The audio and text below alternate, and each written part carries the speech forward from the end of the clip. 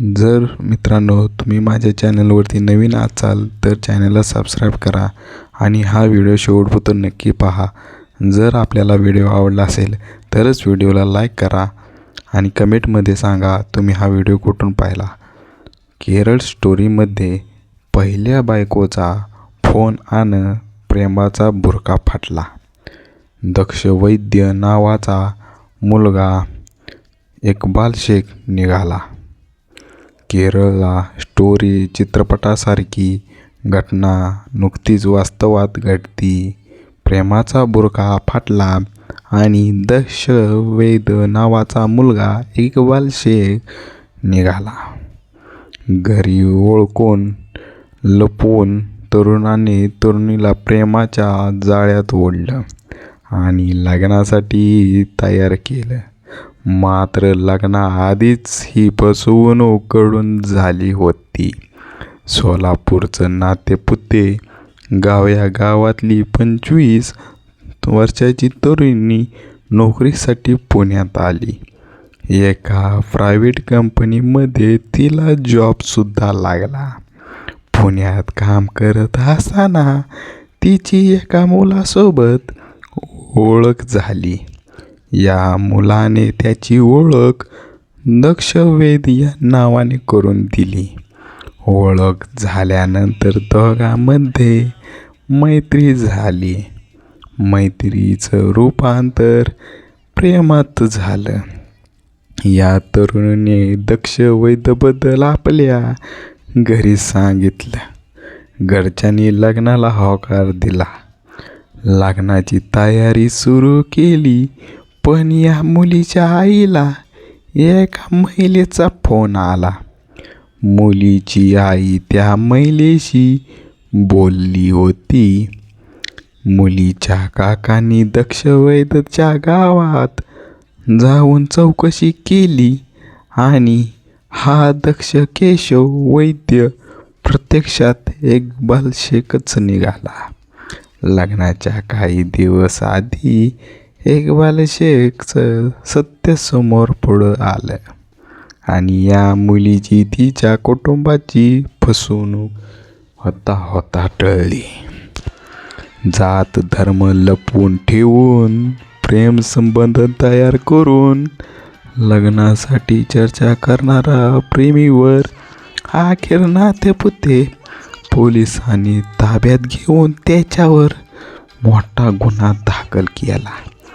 Police Natepute ठाण्याचे सहाय्यक police निरीक्षक विशाल वायकर यांनी मुलीच्या कुटुंबियांना विश्वासात घेऊन चौकशी करून कारवाई केली.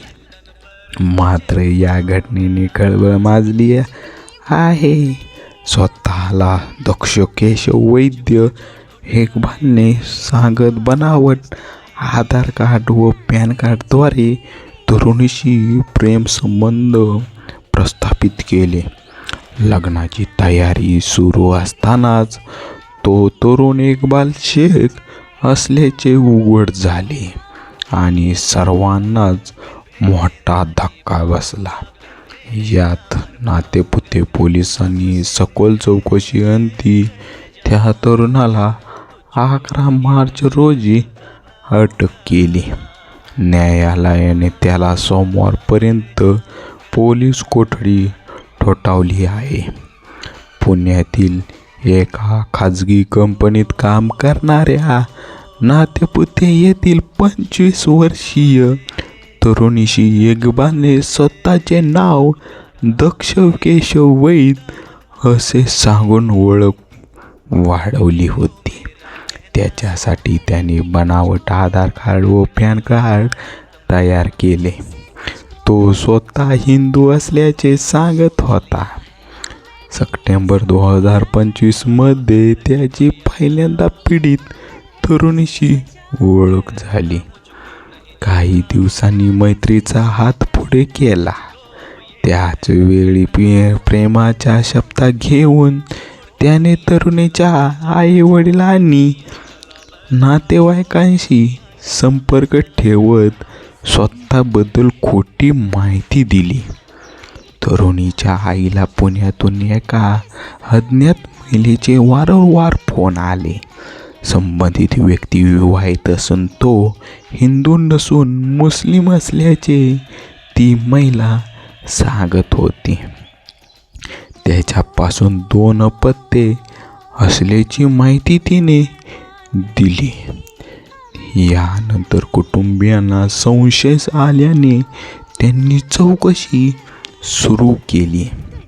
तरुणीच्या चुलत्याने उमरे येथे जाऊन स्थानिक पोलीस पाटील व ग्रामस्थांकडे चौकशी केली असता त्या नावाचे कुटुंब गावात नसल्याचे समजले.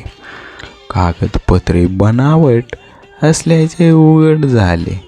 ती महिला त्याची पत्नी असून तिच्यासोबत आंतरधर्मीय विवाह झाल्याची माहिती पुढे आली. यानंतर कुटुंबियांनी पोलीस नातेपुते ठाण्यात संपर्क साधून माहिती दिली. सहाय्यक पोलीस निरीक्षक विशाल वायकर यांनी सखोल तपास करून आरोपीची खरी ओळख उघडकीस आणली. पोलिसांनी 10 मार्च रोजी त्याला ताब्यात घेतले. 11 मार्च रोजी माळशिरस न्यायालयात हजर केले असता न्यायालयाने त्याला पोलीस कोठडी सुनावली. कोरोनात आई वडील वारले आहेत. भाऊ मुंबईत नोकरी करतो.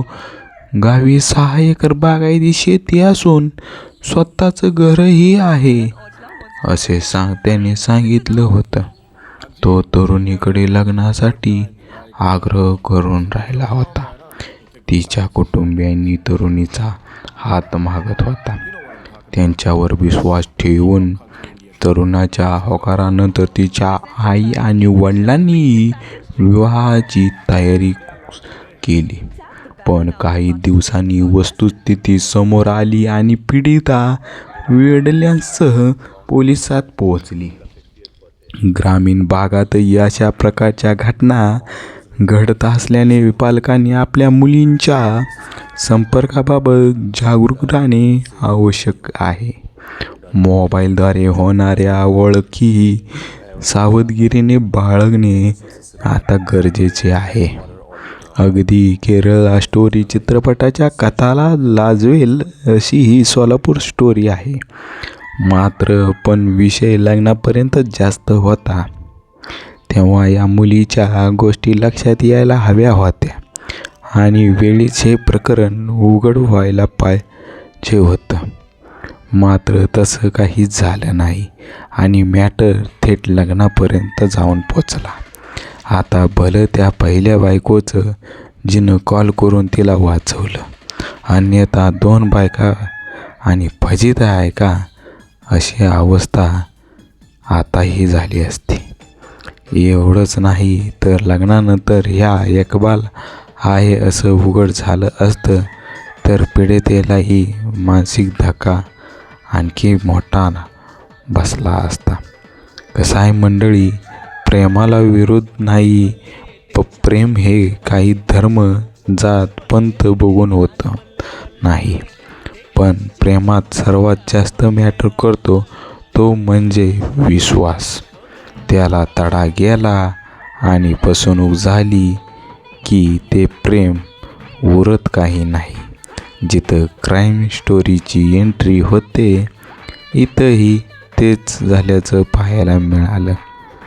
जर मित्रांनो तुम्ही शेवटपुत्र हा व्हिडिओ पाहिलाच आहे तर माझ्या चॅनलला सबस्क्राईब करा आणि ह्या व्हिडिओला लाईक करा. आणि सर्वात महत्त्वाचे म्हणजे हा व्हिडिओ आपण कुठून पाहिला आहे आणि केव्हा पाहिला आहे त्याच्या सगळं तारीख आणि डेट तुम्ही मला कमेंट करून सांगा.